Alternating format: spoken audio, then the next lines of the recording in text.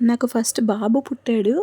వాడు పుట్టిన తర్వాత నా వర్క్ మీద కానీ, ఏదైనా స్టిచ్ చేయాలని కానీ ఎప్పుడూ అనిపించలేదు. కానీ సెకండ్ టైం పాప పుట్టింది.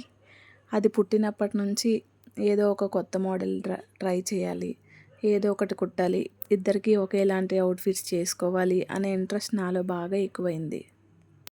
దట్టు మా ఇద్దరి బర్త్డే ఒకరోజే కాబట్టి ఇప్పటికీ తన 3 బర్త్డేస్ అయినాయి నాతో కలిపి. 3 బర్త్డేస్కి ఇద్దరికి కలిపి ట్విన్నింగ్ అవుట్ఫిట్స్ చేశాను నేనే. అవన్నీ మీతో త్వరలో షేర్ చేసుకుంటాను. ఇప్పుడైతే సంక్రాంతి టైంలో నేను కుట్టిన కొంచెం కొంచెం బ్లౌజెస్ అయినా అక్కడక్కడ వీడియోస్ తీసాను, అవి అలా పోస్ట్ చేస్తున్నాను.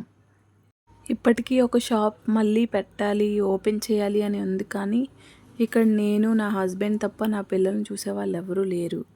ఏ ఆప్షన్ లేక ఇంట్లో ఉండే కొద్ది కొద్దిగా వర్క్ చేసుకుంటున్నాను. అలాగే ఈ శారీ బిజినెస్ కూడా స్టార్ట్ చేశాను.